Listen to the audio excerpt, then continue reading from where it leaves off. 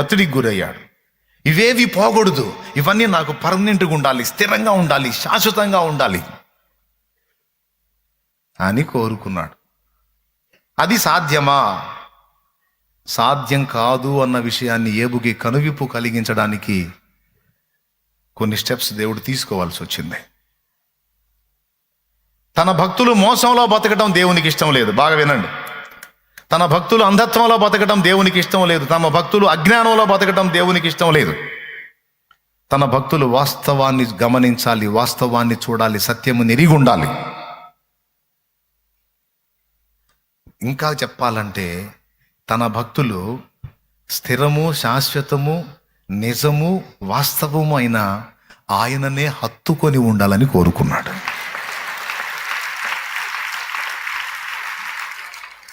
ఎవరిని హత్తుకొని ఉండాలని కోరుకున్నాడో తెలుసా? ఆయనను, మంటిని కాదు. మంటి వస్తువులనో, మంటి బంధాలనో, మంటి శరీరాలనో, మంటి వ్యక్తులనో కాదో, ఆయనను హత్తుకొని ఉండాలి. ఎందుకంటే ఆయన మంటి కాదు, ఆయన మహిమ. ఆయన అబద్ధం కాదు, అసత్యం కాదు, ఆయన సత్యం, ఆయన వాస్తవం, ఆయన ఉనికి స్థిరం, శాశ్వతం. ఇంకేది స్థిరం కాదు. స్థిరమని మనల్ని మనం మోసపుచ్చుకుంటే, అలాంటి మోసంలో మనం భక్తులంగా మనం అలా ఉంటాం, దేవునికి ఇష్టం లేదు. లోకస్తులు అలా ఉంటారు బ్రదర్, లోకస్తులు అలా ఉంటారు, వాళ్ళని వదిలేస్తాడు. కానీ ఆయన రెక్కల కిందికి వచ్చి ఆయన ద్వారా మనోనేత్రాలు వెలిగించబడ్డ నువ్వు కూడా వాళ్ళలాగా నిన్ను నువ్వు మోసం చేసుకుంటా బతుకుతుంటే, నిన్ను నువ్వు మోసం చేసుకుంటా బతుకుతుంటే దేవుడికి ఇష్టం లేదు అది. అందుకే నా బిడ్డలకి నేను దృష్టి ప్రసాదిస్తాను. వాళ్ళు మంటిని హత్తుకోవటం కాదు, మంటిని విసర్జించి నన్ను హత్తుకున్నట్లు నేను వారికి దృష్టి ప్రసాదిస్తాను. దేవునికి స్తోత్రం కలుగునుగాక. హల్లెలూయా.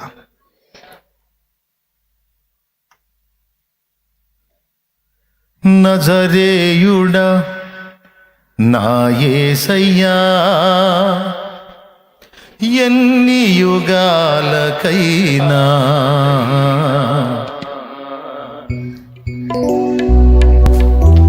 ఈ పాట పాడిన తెలుసుగా మీకు. చెన్నైలో ఇలా సాంగ్ రికార్డ్ చేస్తున్నారు.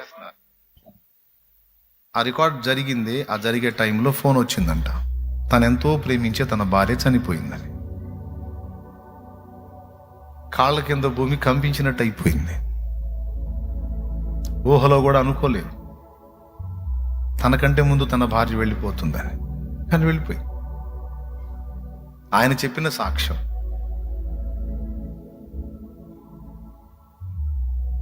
ఆ బాధను అలా కడుపులో పెట్టుకునే పాట పాడాల్సి వచ్చింది. పాట పాడి వచ్చేటప్పుడు ట్రైన్లో నుంచి దూకుదాం అనుకున్నాడంట. నా భార్య లేని జీవితాన్ని నేను ఊహించలేను.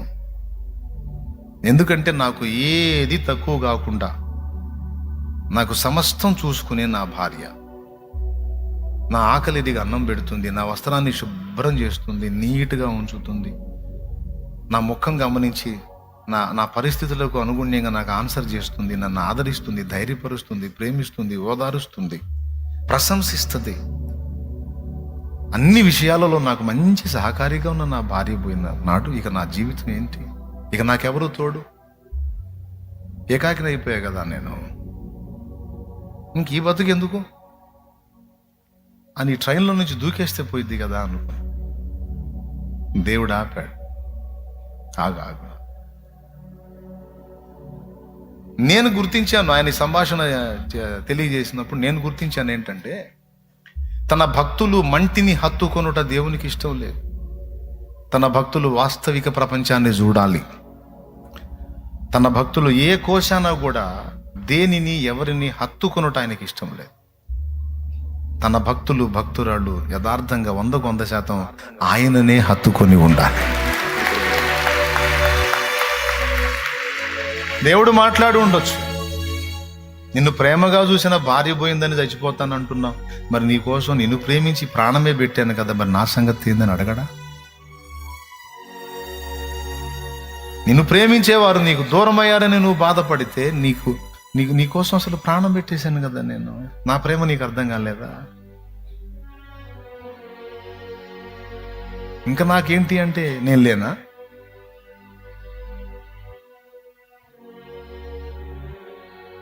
అంటే నీ హృదయంలో నేనంత దూరం అయిపోయి నీ భార్య నీకంత దగ్గర అయిపోయిందా?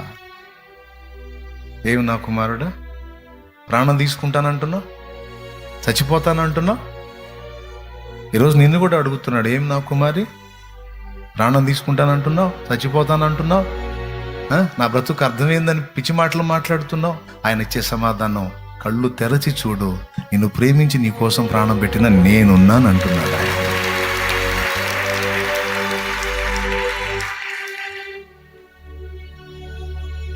లేడా ఆయన?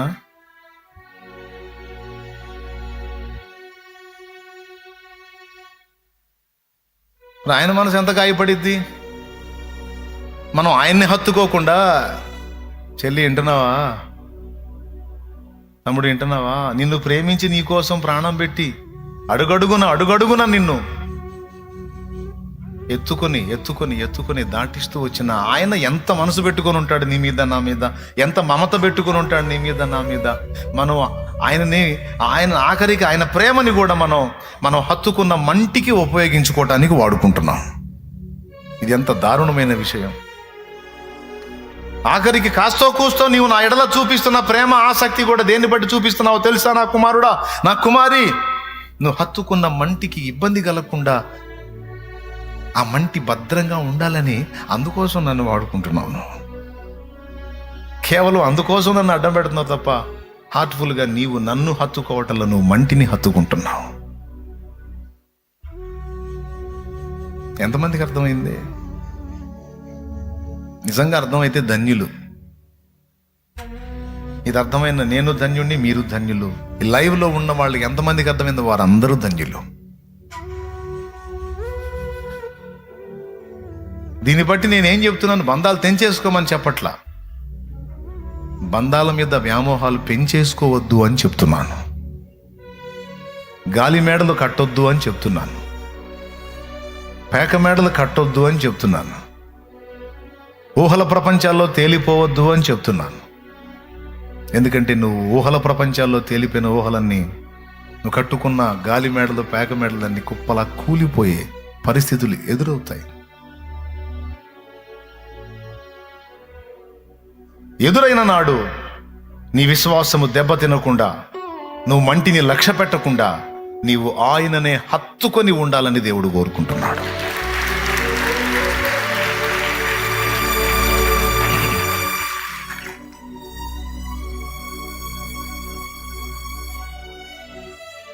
ఆ తర్వాత ఆయన ద్వారా చాలా కమ్మని పాటలు ఇచ్చాడు క్రైస్తవ లోకానికి దేవుడు. ఒకవేళ అప్పుడే పోయి ఉంటే ఆ పాటలు పోయాయేమో. ఈ పరదేశి అనే పాట ఆ తర్వాత వచ్చిందే. ఎందుకు ఇంకా కన్నీరు అనే పాట ఆ తర్వాత వచ్చిందే.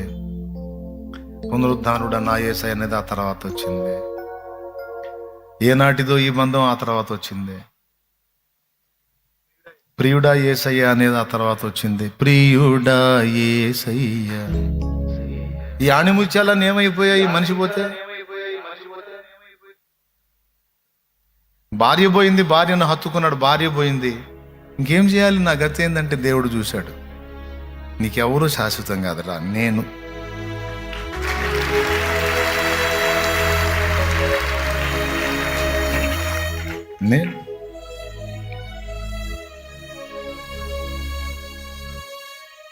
దేవునికి స్తోత్రం కలుగును గాక.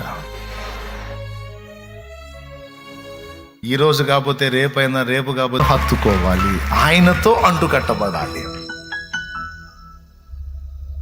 ఆయనతో నడవాలి, ఆయనను ప్రేమించాలి, ఆయనలో స్థిరంగా ఉండాలి, ఆయన వైపు చూడాలి, ఆయనతో నడవాలి, ఆయనతో సాంగత్యం చేయాలి.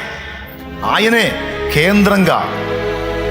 కేంద్రంగా ఇక మరి దేనిని హృదయపూర్వకంగా హత్తుకోకుండా ఆయనను మాత్రమే హత్తుకొని ఉన్నట్లు భక్తుడు మెలకువ తెచ్చుకోవాలి, తెలివి తెచ్చుకోవాలి, జ్ఞానం తెచ్చుకోవాలి, బుద్ధి తెచ్చుకోవాలి, సిగ్గు తెచ్చుకోవాలి.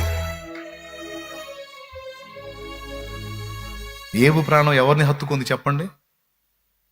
ఆయనే చెప్తున్నాడు. ఏది వచ్చింది అనుకున్నానో, ఏది రాకూడదు అనుకున్నానో అదే వచ్చింది.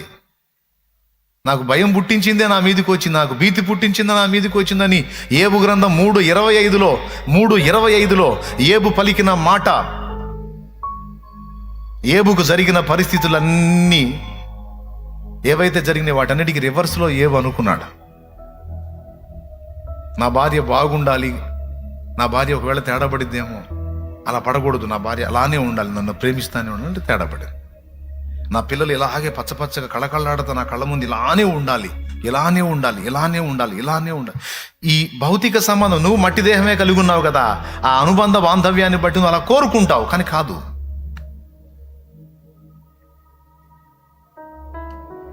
అవి నీ వెర్రిమొర్రి ఆశలు, పిచ్చి ఆశలు, అవి నీవైనా నావైనా.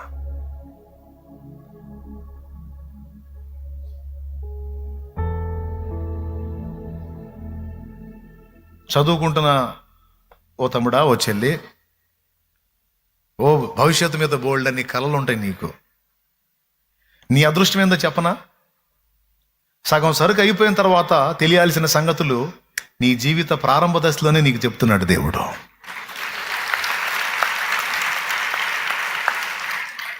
అర్థమై స్పందించారా?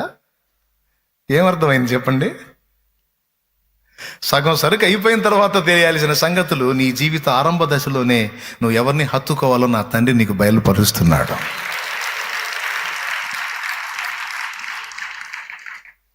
మళ్ళీ టెన్షన్ పడొద్దు, అన్న ఏంది వైరాగ్యం బోధిస్తున్నాడు, ఏంది ఎటో తీసుకెళ్ళాడు ఏంది అనుకోవద్దు, టెన్షన్ పడొద్దు. అది కూడా చెప్తున్నా, నీకు రెండంతల ఆశీర్వాదం ఇస్తాడు. ఎందుకంటే అచ్చంగా ఈ మాట చెప్పి వదిలేసాను అనుకో, గుండె దడ ఆయాసం పెరిగిపోయింది. అన్నీ తెంచేసుకో, అన్నీ వదిలేసుకో, ఆయన్నే హత్తుకో అంటే ఏం చెబుతున్నావు బాబా? బాధ్యతలు ఉన్నాయి నాయన, నీ బాధ్యతలు తీర్చే శక్తి నీకు ఇస్తాడులే, భయపడవాకు. నీ బాధ్యతలు నెరవేర్చే అవకాశాలు నీకు ఇస్తాడు, ఆ కృప నీకు ఇస్తాడు, నువ్వేం భయపడవా. కానీ మళ్ళీ చెప్తున్నా, ఏబుకు దృష్టి కలిగించాలని దేవుడు ఆలోచించిన వాడై మంటిని హత్తుకున్న ఏబు హృదయాన్ని దేవుని వైపు మళ్లించడానికి దేవుడు ఇష్టపడ్డాడు. అందుకని తను వెంపర్లాడినటువంటి ఆ మట్టి బొమ్మలన్నీ తన ముందు కుప్పలా కూలిపోయేటట్టు చూపించాడు. నా ఒంటెలు ఆ దొడ్లు ఆ దొడ్లలో ఒంటెలు చూసి ఎంత మురిసిపోయాడో, నా ఒంటెలు, నా గాడిదలు, నా ఎడ్లు, నా పనోళ్ళు, నా దాసదాసి జనాంగం, నా భార్య, నా పిల్లలు, నా పొలాలు, నా స్థలాలు, నా ఆస్తులు, నా అంతస్తులు. కళ్ళు మూసినా కళ్ళు తెరిసినా, కళ్ళు మూసినా కళ్ళు తెరిసినా. ఆఖరికి భక్తి కూడా దేనికి? దేవుని ఇంత భయభక్తులు కలిగి ఉంది ఎందుకు అంటే వేటికి డ్యామేజ్ జరగకూడదని. నేను ఎక్కడ అడుగులు జారానంటే దేనికి దాని డ్యామేజ్ అయింది. కాబట్టి ఎక్కడ డ్యామేజ్ జరగకూడదంటే నేను పర్ఫెక్ట్గా ఉండాలి, పిల్లల్ని కూడా పర్ఫెక్ట్గా ఉంచాలని రోజు బలి ఇచ్చేవాడంట. పొద్దున్న నిద్ర లేవగానే రే రండ్రా అని మొత్తాన్ని నిలబెట్టి అందరి పక్షమున బలి ఇచ్చేవాడంట. వీళ్ళందరూ తెలిసి తెలియకేమన్నా దేవునికి విరోధంగా పాపం చేసేమని తెచ్చుకుంటారేమో. వీళ్ళకి ఏం జరగకూడదు, ఏం జరగకుండా ఉండాలంటే దేవుడు వీళ్ళ విషయంలో సుముఖుడై ఉండాలంటే నేను బలి అర్పించాలి. డైలీ పాపం ఎంత గందరగోళం అయిపోయాడో, పాపం బిడ్డ ఎంత అల్లాడిపోయాడో. ఈరోజు మనం తపన పడ్డట్టు కొన్నిటిని తలుచుకొని గందరగోళం అవుతుంటాం కదా. అందుకని చెప్తున్నాను, అలా ఒత్తిడిలో బతకటం, స్థిరము కాని మంటిని హత్తుకొని ఒక మాయలో జీవించటం, ఒక గుడ్డితనంలో బతకటం దేవునికి ఇష్టము లేదు. అందుకే భూమి మీద అలాంటి వాడు లేడని సాక్ష్యం ఇచ్చిన అదే ఏబుకి వాస్తవం ఏంటో కళ్ళకి చూపించాలని చూపించాడు. నా బంధువులు, నా బంధుజనులు, నా అక్క చెల్లెళ్ళు, నా అన్నదమ్ములు, నా సోదర సోదరిమణులు, నా ఫ్రెండ్స్ అని. ఫ్రెండ్స్ మట్టి బొమ్మలే. స్తోత్రం చెప్పండి మీరు. అక్కలు ముక్క చెక్కల, అక్కలు మట్టి బొమ్మలే, అన్నలు, స్నేహితులు, భార్యా బిడ్డలు, ఆఖరికి తన దేహం కూడా మొత్తం అదే. బాగా వినండి, చివరికి ఏవుకి ఎలాంటి పరిస్థితి వచ్చిందంటే దేన్ని హత్తుకున్నాడో ఎవరెవరిని హత్తుకున్నాడో తడవకు ఒకటి పోవటం మొదలుపెట్టింది, అడ్రస్ లేకుండా. బాగా వేటి మీద అయితే పిచ్చి పెట్టుకున్నాడు, పిచ్చి, ఆ పిచ్చి మొత్తం వదిలిపోయేటట్టు మొత్తం పోయినాయి. ఎందుకు చెబుతున్నాను? మీరు దేని పిచ్చి పెట్టుకున్నారో తెలియదు, ఎవరెవరికి దేని మీద పిచ్చి ఉందో తెలియదు. నేను చెప్తున్నా, పిచ్చి ముదిరిందా అంతే సంగతులు. ఎంతమందికి అర్థమవుతుంది? నిజంగా అర్థమవుతుందా? దేవునికి స్తోత్రం, హల్లెలూయా. పిచ్చి ముదిరిందా? తర్వాత మొక్క మీరు చెప్పండి. అంతే.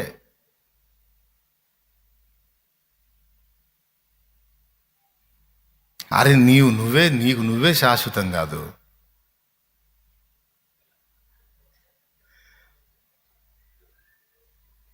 ఇప్పుడు వదిలిచ్చాడు లేదా? నా భార్య అన్నాడు, గుస్సయింది. నా పిల్లలు మొత్తం పోయారు. నా బలం అనుకున్నాడు, బలం పోయింది. ఆస్తులు అనుకున్న ఆస్తులు పోయింది. ఒంటెలు అనుకున్నా, ఒంటెలు పోయింది. ఎడ్లు మొత్తం. చివరికి ఫ్రెండ్స్ అనుకుంటే ప్రాణమిత్రులు అంటారే, వాళ్ళు పేడాలు తీసే మిత్రులా తయారయ్యారు. ప్రాణమిత్రులు అన్న ప్రాణాలు తీసేటువంటి శత్రువుల కంటే దారుణంగా తయారయ్యారు. అన్నలు అడ్రస్ లేరు, అక్కలు అడ్రస్ లేరు, సోదరిమణులు ఎవరు అడ్రస్ లేరు. చివరికి ఏమైపోయాడంటే ఏకాకైపోయాడు, ఒంటరైపోయాడు. మనసును అర్థం చేసుకునే భార్య కూడా రివర్స్ అయిపోయింది. చివరికి ఏవు ఒంటరా కాదా? పెద్దగా చెప్పాలి. అది మొత్తంలో నుంచి వేరుపరచబడ్డాడు భక్తుడు. భూమి మీద అతని వంటి వాడు లేడు, అతడేమో ఆ గతి పట్టాడు. ఎంతగా లేదు? భూమి మీద అంత మంచివాడు లేడు, అతడేమో ఆ గతి పట్టాడు. ఎందుకు పట్టాడు? దేవుడికి ఏమన్నా పిచ్చి బట్టి పట్టించాడు ఆ గతి? లేదు. భక్తునికి పట్టిన పిచ్చిని వదిలించడానికి ఆ పని చేశాడు. ఇది పచ్చి నిజం. దేవునికి మహిమ కలుగునుగా. అన్నీ పోయినాక ఇంకెవరున్నారు తగాద పెట్టుకోవడానికి? ఇక ఆయనేగా. ఇక కూర్చున్నాడు బూడిద పోసుకొని, ఆ బూడిదలో చిల్లపెంకు తీసుకొని కూర్చొని, ఇక తేల్చు నా సంగతి ఏందని ఇక అప్పుడు పైకి చూడటం మొదలుపెట్టాడు. అప్పటిదాకా దేవుడిచ్చిన వాటి చుట్టూ చూడటం మొదలుపెట్టింది ఏబు. ఎప్పుడైతే వాటి మీద దెబ్బ పడిందో అప్పుడు అవన్నీ అనుగ్రహించిన దేవుని వైపు అప్పుడు తేరిపార చూడటం మొదలుపెట్టారు.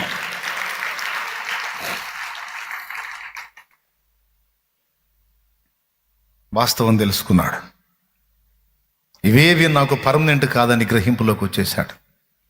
ఇవన్నీ నేను కోల్పోతానేమో అని భయపడ్డాను, కానీ వాస్తవం ఇదే కదా, ఇవన్నీ స్థిరం కాదు కదా.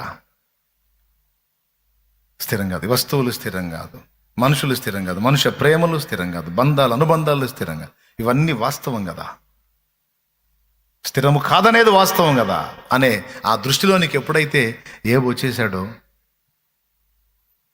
పాపం నిజంగా మీరు గమనించి, మీకు ఇంట్రెస్ట్ ఉంటే ఏబు గ్రంథం చదవండి. ఇంట్రెస్ట్ ఉంటే కాదు, మర్యాదగా చదవండి, చాలా మంచి విషయాలు ఉంటాయి. 3వ అధ్యాయం నుంచి 41వ అధ్యాయం వరకు ఏబు స్వాప కాదు.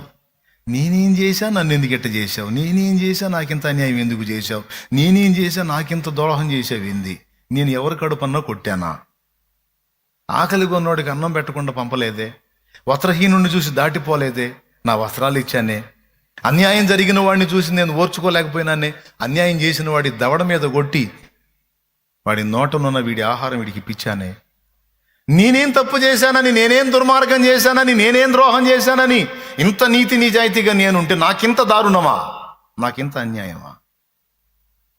లేదు, నువ్వు నాకు తేడా చేసావు. లోకం మొత్తానికి న్యాయం చేసేవాడివేమో కానీ నాకు మాత్రం నిజంగా 100% నువ్వు అన్యాయమే చేశావు, నాకు ద్రోహమే చేశావు నువ్వు. అంతే. చెప్పు, నువ్వు నా దోషం చెప్పు. నీ సభలోకి తల ఎత్తుకొని వస్తా, నేను ముద్దాయిలాగా రాను. ఎందుకంటే ఏ తప్పు చేయలే. కనీసం పక్కవాడి భార్యని మోహపు చూపు కూడా చూడలా, నేను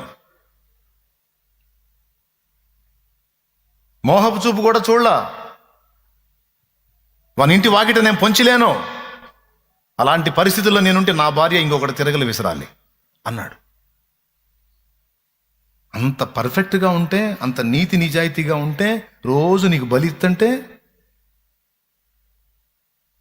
ఇంత జాగ్రత్తలు తీసుకుంటే, ఏదొచ్చిద్దని ఇన్ని జాగ్రత్తలు తీసుకున్నానో అదంతా రప్పించావుగా.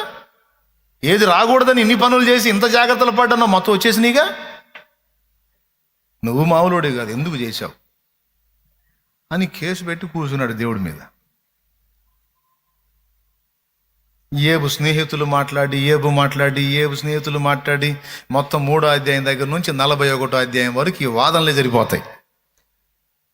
ఆ తర్వాత సుడిగాలిలో ఏబునకు యెహోవా ప్రత్యక్షమైనప్పుడు కూడా ఇదే పాయింట్లో ఉంటాడు ఏబు. ఎందుకు ఇట్లా చేశావు. చివరికి 42వ అధ్యాయంలో కనువిప్పు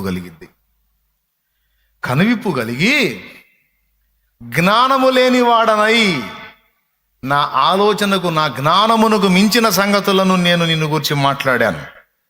చాలా బుద్ధిహీనమైన పని చేశాను. నన్ను నేను అసహించుకొని బూడిదలోను ధూళిలోను పడి పశ్చాత్తాపడుతున్నాను అన్నాడు. అప్పుడు ఎందుకంటే నీవు ఉద్దేశించినవి నిష్ఫలము కావు, నీవు సమస్తమును చేయగలవాడవు. నువ్వు సమస్తమును చేయగలవాడవని ఇప్పుడు నాకు అర్థమైంది. రెండవది, నీవు ఉద్దేశించినవేవైనా, నీవు జరిగించినవేవైనా అనవసరముగా జరిగించవు. అంటే దాని అర్థం ఏంటో తెలుసా? సింపుల్గా మన భాష చెప్పాలంటే, నువ్వు అన్యాయస్తుడు అని నేను అన్నాను, చాలా తప్పు మాట్లాడాను. నువ్వు ఏది చేసినా అందులో సంపూర్ణ న్యాయం ఉంటుంది. నువ్వు అన్యాయస్తుడు కావు అని పలికాడు. కొడు గడ్డి కొడు.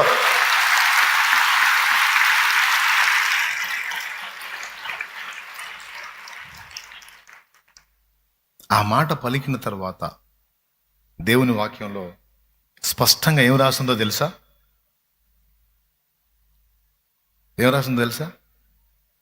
ఏబును గడిచిన దానికంటే 2 అంతలుగా దేవుడు ఆశీర్వదించాడని రాసుంది. ఒకసారి చూడండి మీరు, ఏబు గ్రంథం 42:12. యెహోవా యోబును మొదట ఆశీర్వదించినంత కంటే మరి అధికముగా ఆశీర్వదించెను. అతనికి 14,000 గొర్రెలను, అంటే అంతకుముందు 7,000 గొర్రెలు ఉన్నాయన్నమాట. ఇప్పుడు ఏమైనా 14,000 గొర్రెలు అయినాయి. 6,000 ఒంటెలను, అంతకుముందు 3,000 ఒంటెలు ఉంటే ఇప్పుడు 6,000 ఒంటెలు, డబల్. 1000 జతల ఎడ్లును, అంతకుముందు 500 జతల ఎడ్లు ఉన్నాయి, ఇప్పుడు 1000 జతల ఎడ్లు. 1000 ఆడుగాడిదలను కలిగి, 500 ఆడుగాడిదలు ఉంటే ఇప్పుడు 1000 ఆడుగాడిదలు.